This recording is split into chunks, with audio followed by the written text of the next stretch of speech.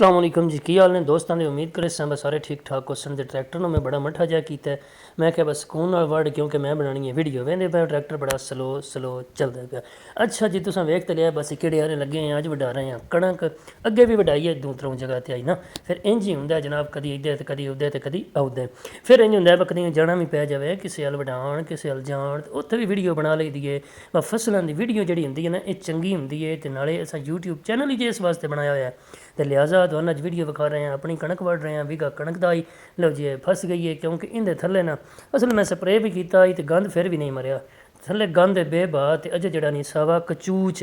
तो वह जनाब बार बार अगे फस जाता है इन्हों किंगरियां दे विच ते वो इस वजह करके रैपर नूं फिर खिलारना पैंदा है फिर खिलार के कढ़ना पैंदा है तो फिर अगर चलती है। लिहाजा बात आगे चली जाएगी मुख्तसर इत्थे ही करिए ये विघा मैं बढ़ा लिया तो हुणे बन के तो फिर लानी है मशीन मशीनों की भी तुहाडे नाल वीडियो जरूर शेयर करे सकदा उनकी वजह है कि मैं एक दो होर मशीनों पर भी गया उत्थे भी वीडियो बनाई है साढ़े पिंडा थमां ते बड़ा रिवाज सिस्टम निज़ाम है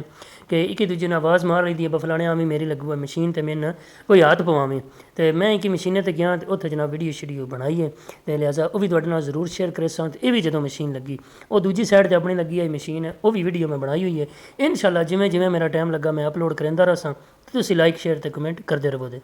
ज़्यादा गल्लां ना करिए तो इत्थे व्लॉग ना करिए एंड है तो हुण दिओ इजाज़त अल्लाह हाफिज़ अल्लाह निगहबान।